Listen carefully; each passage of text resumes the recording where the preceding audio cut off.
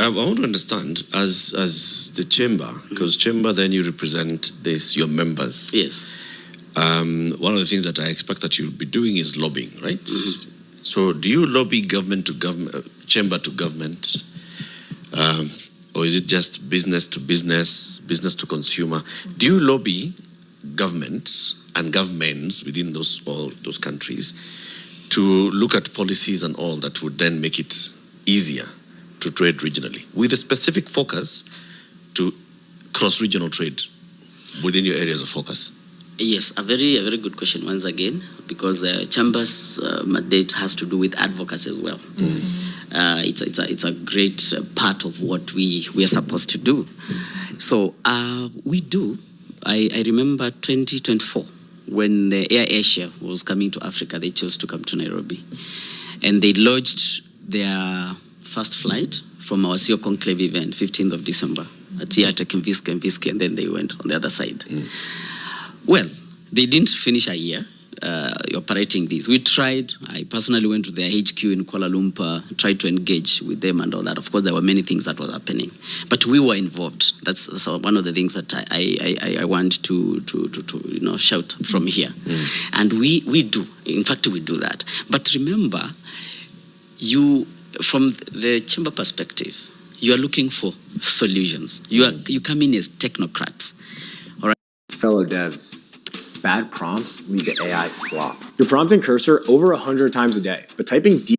I really want to work with them, such that if we were to meet in closed doors and we say, boss, can you sort this and this, and you sort, we'll be happy, our members will be happy, other than being seen. That's what I'm asking. Yes. So, do you have sort of white papers that you produce? Yes. And policy proposals that you produce? Yes. And you take to government and say, Kenya, yes, as an anchor of the East African community, yes, please go to the East African Legislative Assembly, yes, and look at the summit of presidents and all, yes, and let's push for this as EAC, yes, so we can trade better, yes, with our partners in the Middle East. Yes. Are there such? Yes, yes, we do that. We do that. And of course, we respond to needs from our members. Remember, the other time, there was one of the members from the chamber who had issues with, they take these employees to the Middle East. They do labor mobility. And they got challenges on being paid, right? Of course, there's what is happening with the labor mobility. Sometimes people are taken there and they are harassed and all that. But there are also genuine cases. But then you're not being paid. But this also has to do with the policies of the country or the relevant ministries there. Right. Yeah, so we come in, we write papers, we engage them from there, our counterparts on the other sides. We work with diplomats so much, and we push. And that's why, the current patron of the Chamber of Commerce is the ambassador of Kenya to Malaysia, His Excellency Ruzai Mohammed, because we work with the diplomacy so much. It's a big deal for us. We respond to a need-based thing, okay? I like that. And we'll talk about the diplomacy and how it actually marries into opening up, these the future of trade, actually. Yes. Just in a minute. For now, we're going on a short break, but when we come back, we'll discuss a little bit more on the future of cross-regional trade with the president of the Asia, Africa, and Middle East Chamber of Commerce, Peter Mutinda. We'll be right back after this. Hashtag is Fixing the Nation.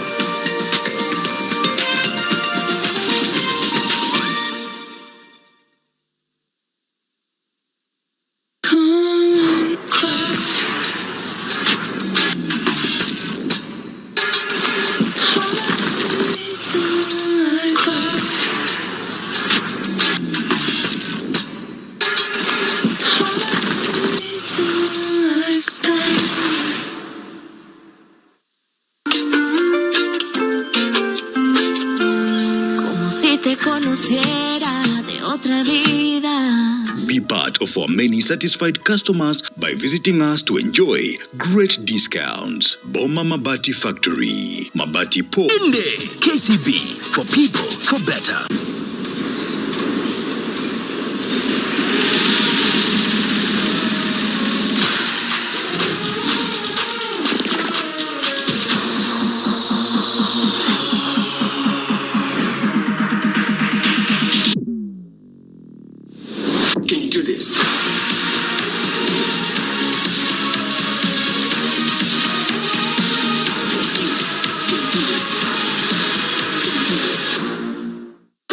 This Wednesday on The Glam, we're coming to you straight from the luxurious Movenpick Hotel for a spectacular celebration of women. Intentionally giving of our expertise other women to grow them, like us as women growing together. So when you give, you gain. We were at the 5th International Women's Day event, courtesy of Nation Media Group, where powerful voices came together under the theme, Advancing Rights, Justice, and Access for All Girls and Women. Give to gain basically means it's like the boomerang effect. You throw it and then it's coming back to you. So when I give out, I receive it back. It's a good thing because when a woman is empowered, the whole society is empowered. Good deed you put out there, you receive it. Empower someone, something, just good things have a way of finding you. Don't miss The Glam this Wednesday at 7:30 p.m. only on NTV Kenya. Panadol Extra provides 3 times more pain-relieving power than standard paracetamol for fast relief from strong pain like headache, toothache, and muscle pain. Stronger pain relief at only 20 shillings per pair.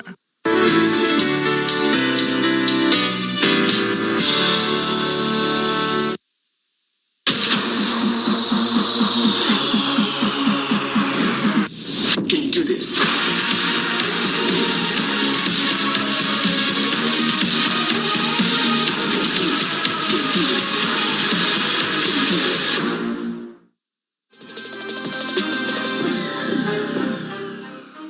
What's up, nation? My name is Kennedy. I'm fixing the nation from Nyeri County. I want to tell the president to improve on measures to stop corruption in this country.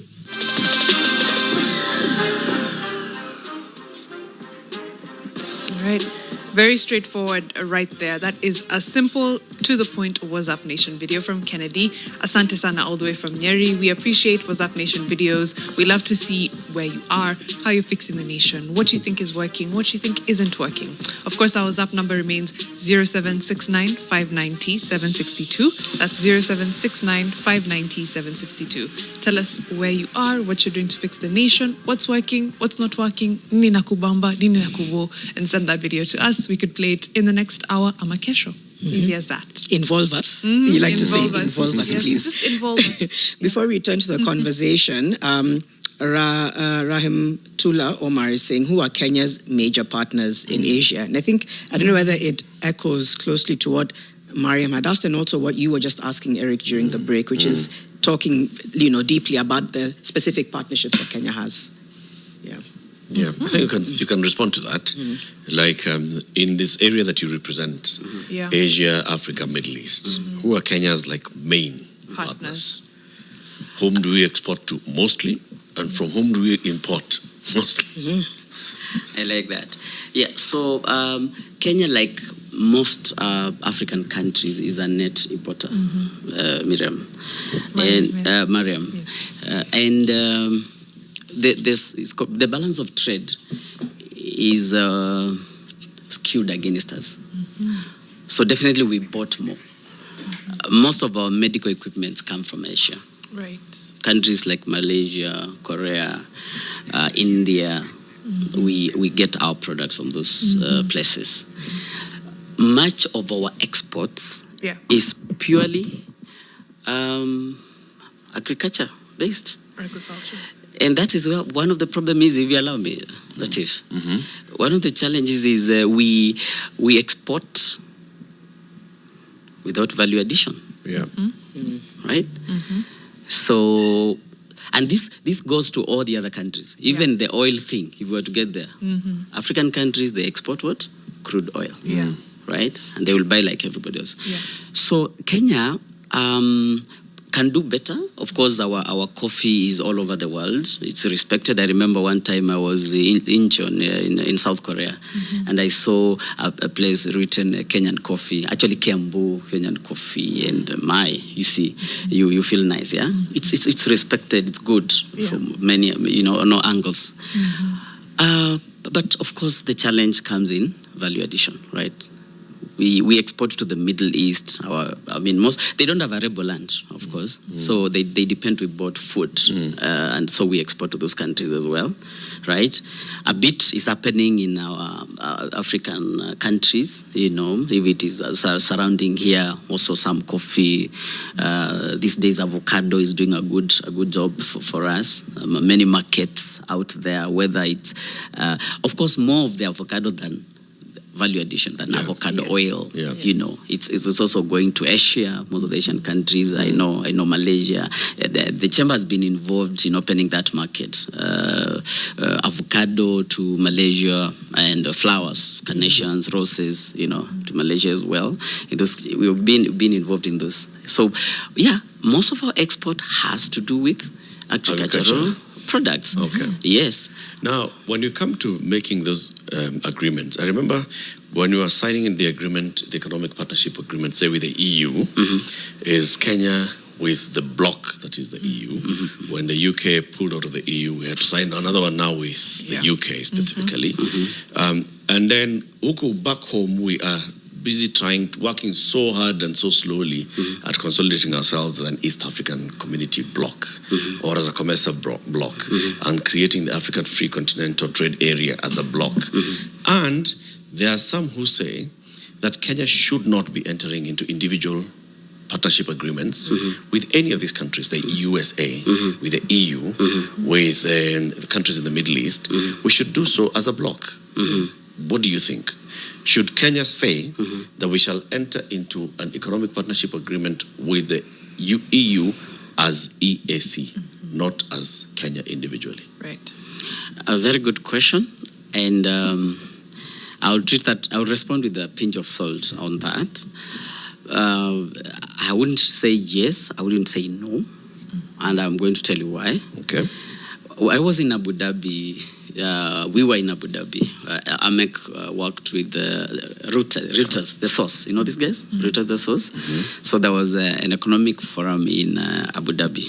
And the advisor to the president was asked a question on Abu Dhabi and how they will treat the engagement with the US, all right, and with Israel and many other countries.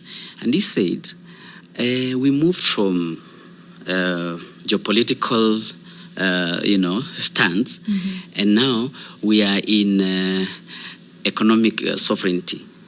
Okay. That means when we engage, of course, policies, geopolitics, they affect trade, commerce, and everything. Yes. When we engage with any state, any bloc, we look into the benefits for our country rather than or whatever you're talking about. We look at what benefits us. So Kenya, it should not be looking into whether I go as a bloc or as a country. The question should be, what's serving my interest? What is the interest for us as a country? Okay, so here's a counter argument that comes from those arguing against it. Yes. They say, Kenya signs a partnership agreement with the EU. Yes. That talks about how we can access the EU market. Yes. And how the EU can access the Kenyan markets. Yes. And bringing goods into Kenya. Yes. But Kenya has also entered into an agreement with 7 other countries in the region under EAC. So goods that are coming from Kenya can enter into Somalia, into South Sudan, into Rwanda, into Burundi. If Rwanda was trying to sign its own economic partnership agreement with the EU, and it is raising some certain blocks into the EU goods going into Rwanda, that will be negated by the fact that Kenya has a better deal with the EU in terms of EU bringing goods into Kenya. Right. So goods can get into Kenya easily and find their way into Rwanda. Yes. So whether Rwanda signs whatever kind of deal, doesn't matter. Flip it the other way around. Kenya has protected its market so well that it has signed a very good deal with the EU where we can sell, but also we control how they bring things into our country. But Rwanda goes and signs a deal. Somalia goes and signs a deal that allows things to cross into Somalia easier. They will cross the borders, they'll come into Kenya. So the downside of signing as individual 8 countries is there for us to see, vis-a-vis us signing one uniform economic agreement as a bloc with that bloc called the EU. Okay. So the question is, this to you, what control does Kenya have on this bloc? You see this trade bloc we are doing together with those other countries? Yes. And when we talk about Kenya, not to be seen like because I come from Kenya, because we represent Africa and many other countries. I'm talking about, we mean any other country. Yeah? This particular country, in this case is Kenya, right? Yep. How much control does it have in actually what goes into that bloc agreement with the other bloc? Because it is easier said, than what is here. Because whatever is actually actualized at the end of the day there. And that's why I was saying there is no or yes. Somebody should really look into this side. Did you see our president go to China, right? Engage, come back. Go to the US, engage, and come back. What is your take on that in terms of this kind of discussion you're talking about? We're dealing individually. Is it? Yeah. Is it? And you're able to stand and negotiate, talk about for your country.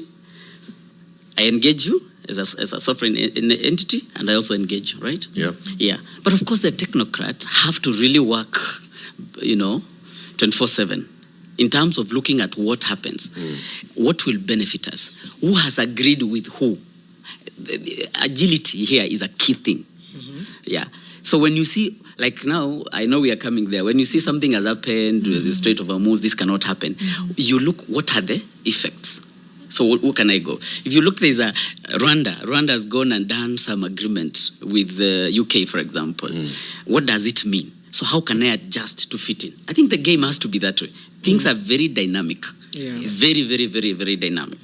And therefore somebody has to be there. And that's why the advisors of the policymakers should be real technocrats who are looking at the interests of the entities of the countries so that they stay there.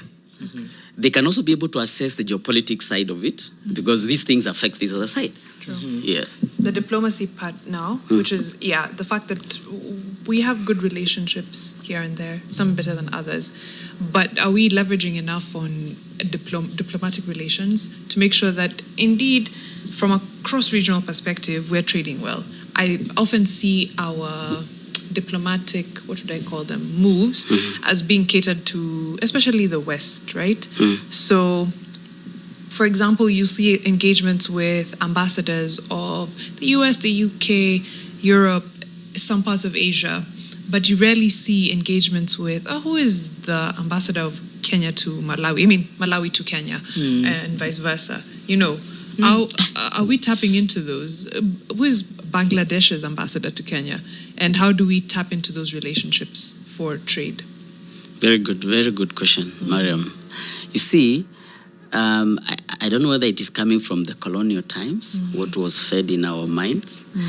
The chamber is called Africa, Asia, Middle East Chamber of Commerce. One time, I was speaking in Kuala Lumpur. I introduced the chamber, and I was asked, why is it not Asia, Africa? Akinilikachi kidogo. Right? So I was like, but why not Africa, Asia? Then I went again and said, but how about if you go alphabet? Which one begins? Africa, Asia. Exactly. But the main thing is the perception that we have, right? I sit in places, maybe I'm the only person with a different skin.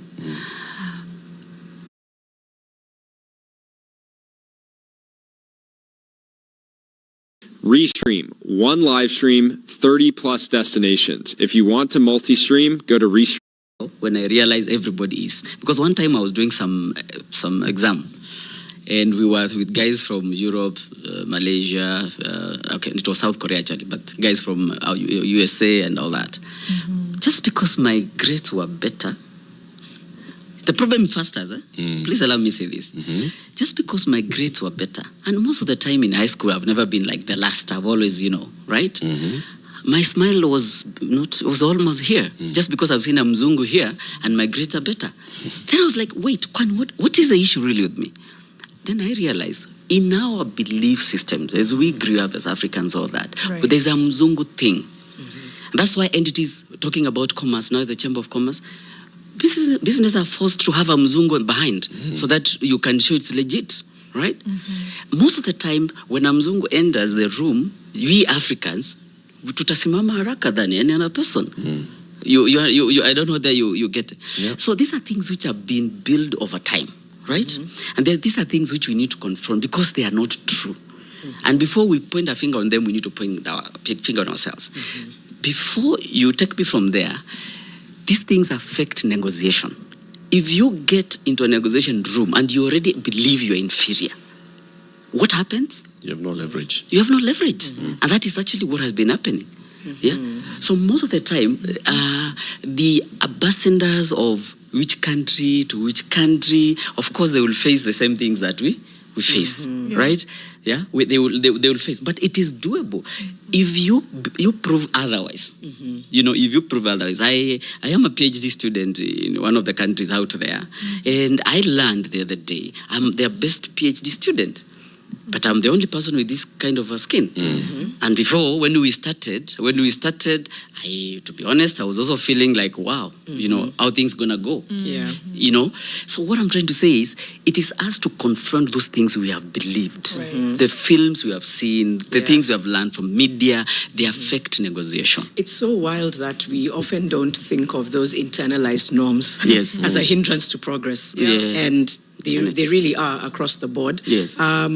We can now get into sort of like what we're seeing play out globally, the geopolitics and how it's affecting trade. Talk to us about that, the implications of what's happening, say, in the Middle East and how it's affecting or will affect or is set to affect trade on the continent and across.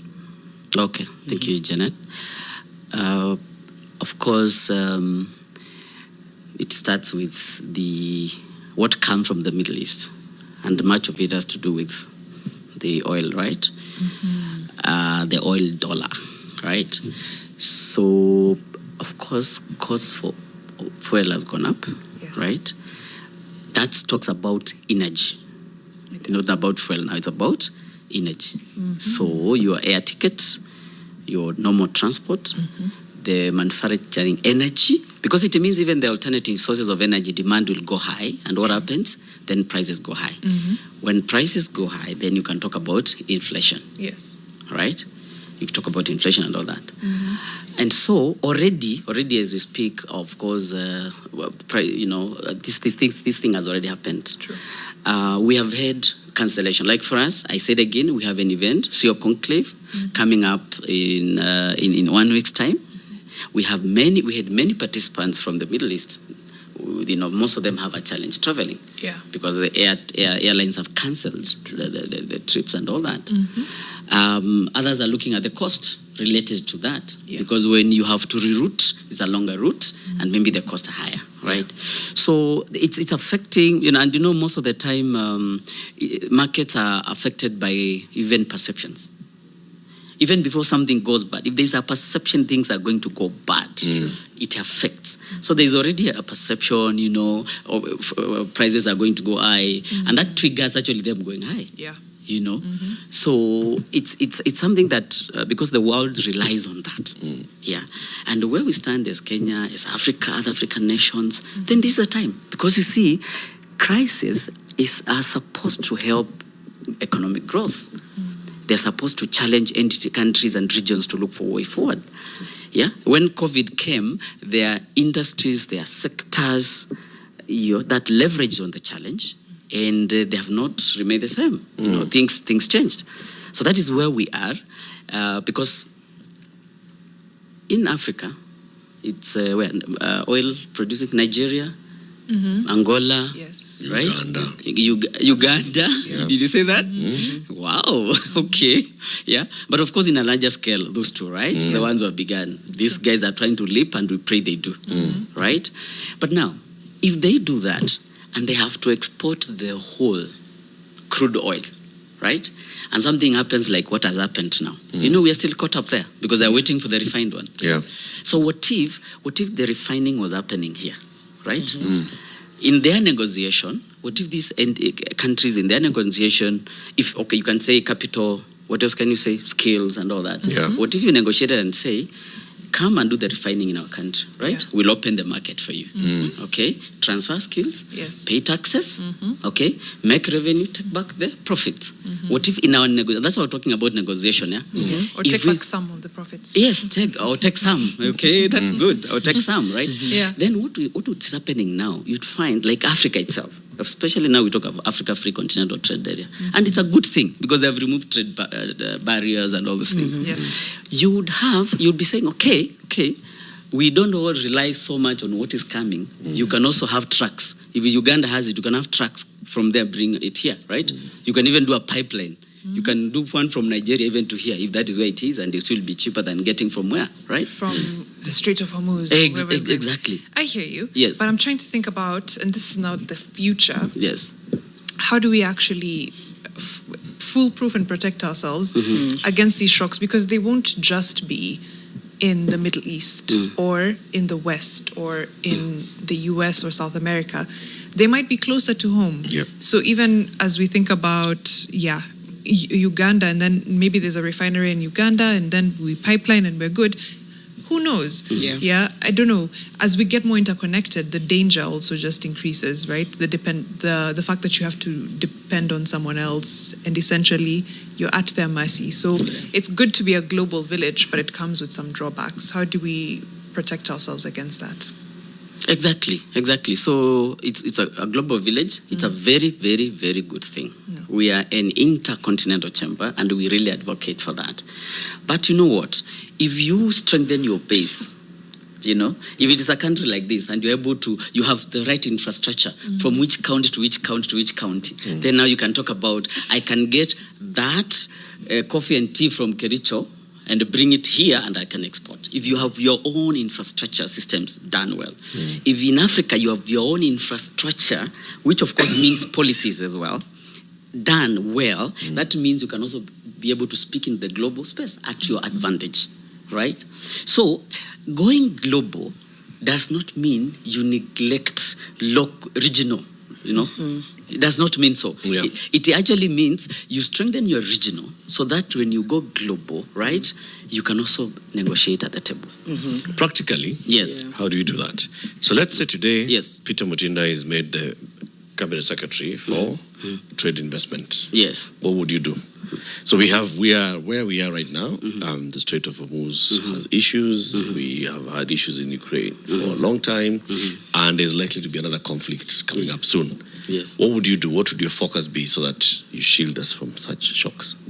Wow, a very good question. Once again, Latif. Some problems are short term, can be solved in the short run. Others are long term because they have built. Of course, now, if I am the CS of trade, then I have to look for a solution now, right? Yeah. Because you cannot go and tell Dangote to refine everything now, now and bring it here and build the pipe now and next week we have. So you have to look for a solution now, right?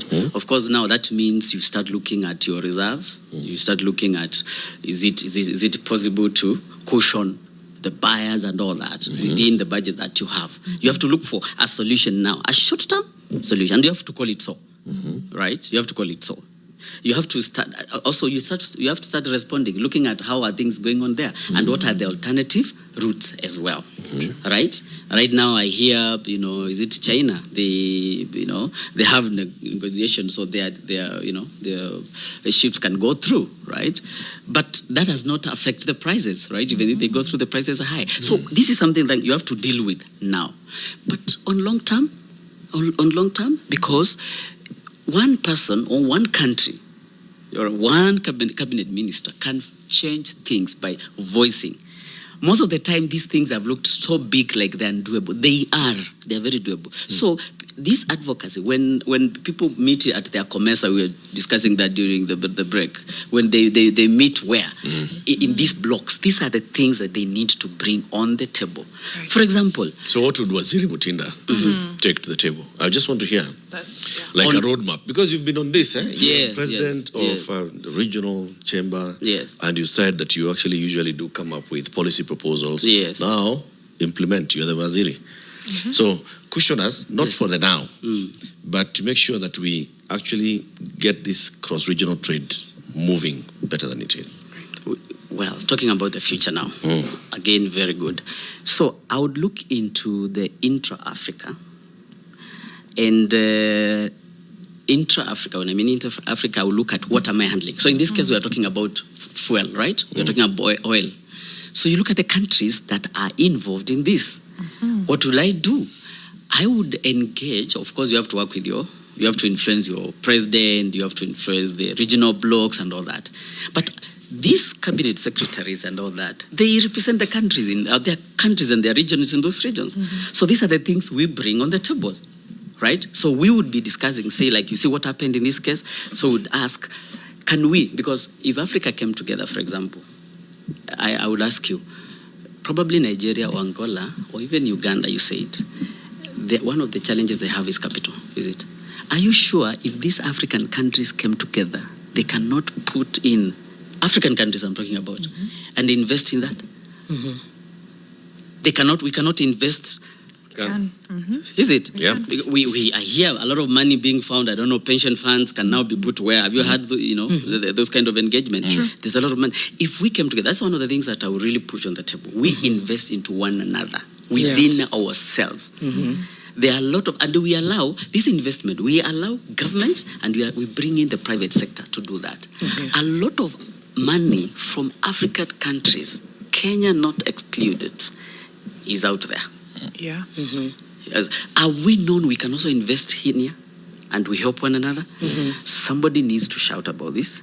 Somebody needs to make it happen, to create an environment that it can happen. You see, that's an ideal vantage point. Yes. Curveball question very quickly. Yes. Digital trade. I don't know that that's something that is explored enough. Yes. Because do you talk about that could be the next thing? I don't know if it can ever outlive shipping and those kind of traditional routes, but digital trade is also something that's growing. Just give us a quick 1, 2, 3 on what your thoughts are about the opportunities around digital trade. Yeah, of course. You bring in even e-commerce when you mention digital trade, right? Of course, the world has gone there. And Africa, the resources that we have is the youth who are very tech savvy. That's why you'll find Microsoft coming here. And not Toyota to manufacture here. You've seen that, Yes, they know we have a youthful population, and those are opportunities that we have. Kenya itself is a tech finance hub. It's already regarded that way. So those are low-hanging fruit. And when you go that direction, most of the time, you don't need a lot of capital to go that direction. So that is something that is really happening, and it is already happening. It's only that for your oil, of course, even if you trade digitally and do the e-commerce, you still need the substance to come to you, right? It's about affecting those parts. But that is a direction that my research is on digital credit. Yes, and in Nairobi. And it's actually because of the uptake in this country. You know what M-Pesa revolution has done. So digital e-commerce is a big deal. Big opportunities. It's a big opportunities that this economy should leverage on.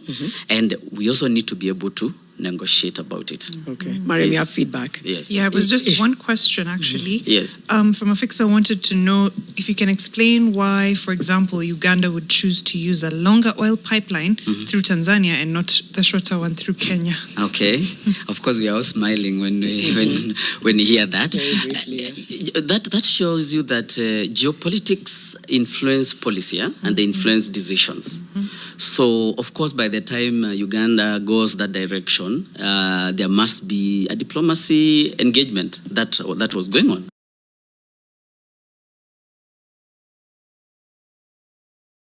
Right? And because most of the time you're supposed to do cost-benefit analysis for any project that you do, is it? So there must be a reason that they went on that direction. And it could be sometimes somebody can choose to trade with your neighbor and not with you, and you thought you are better, right? So somebody needs to check deeper to know whether it is actually a Kenyan issue or it is the Uganda, because most of the time in the region, Kenyans are referred to be a little bit aggressive in business and all that. So you don't know whether there is a perception, and what was going on. Could be many things at play. Okay. Yes. We're completely out of time. Sorry. We have to wrap up there. But thank you so much for making time for us. Yes. That is Peter Mutinda. He's the president of the Asia, Africa and Middle East Chamber of Commerce. Yes. In the next hour, miss me with that. Stay with us. Hashtag is Fixing the Nation and TV. Thank you.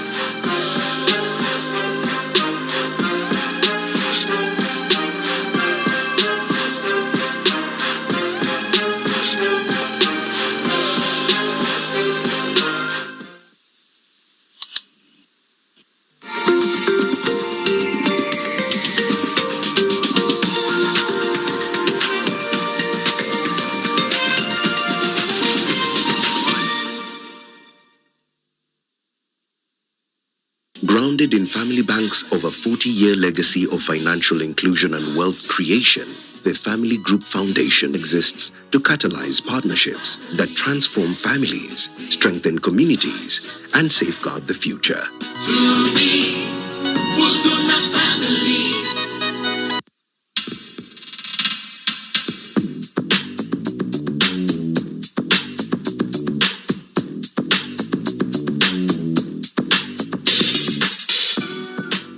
You feel that? The crash zone. Crash what? The crash zone. It builds suspense, uncovers evidence, foreshadows danger. You feel it now? Oh yeah. I guess I'll go and try and find a ladder. But I remember you visited our house before, right?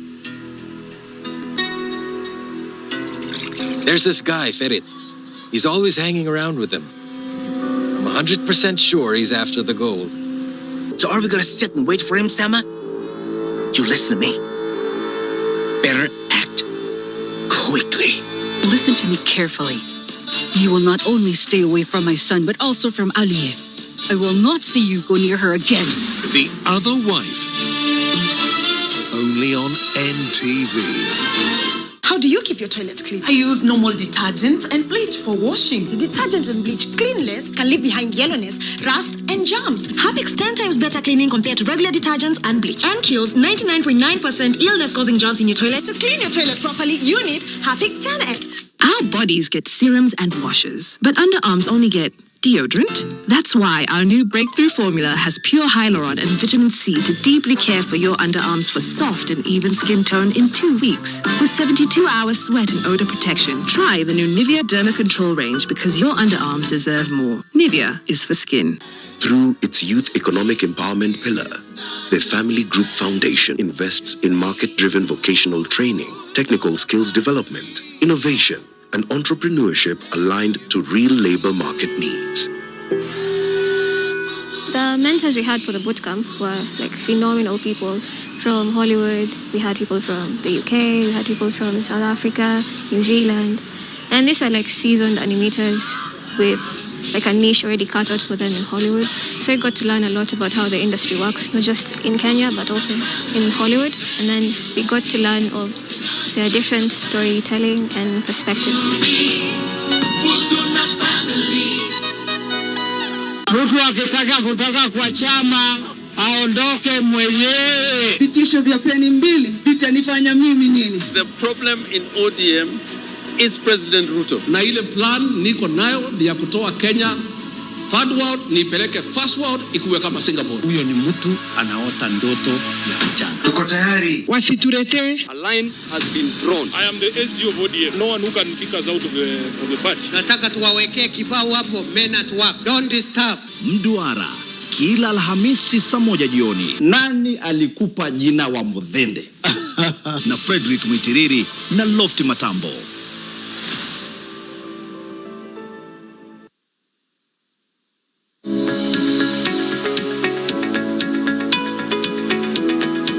Approach is actually to offer a blend of both CBR and Kesonia, understanding very well that different customers will have different preferences. Some of them would want a rate that ties back to activities around cost of funding in the market. There's definitely pockets of increased liquidity in the market, and therefore a lot of customers who were in distress are coming back to banks to say, can we have a better repayment plan? We believe that there is a lot that insurance can do in enabling this market. Take more considered risk. So take risk while you have some level of protection.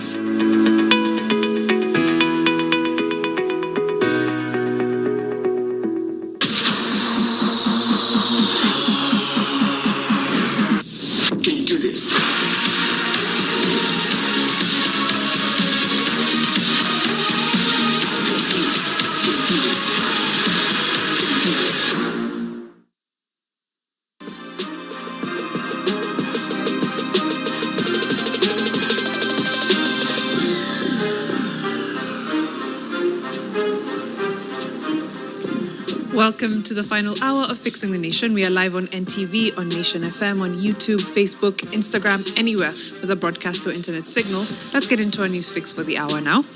Now, the Kenya Meteorological Department has predicted that rains will intensify from Thursday, March 19th, and they're forecasting that the rain will happen between the 17th and the 23rd of March, and the long rain season is strengthening across the country. So many regions will continue receiving showers throughout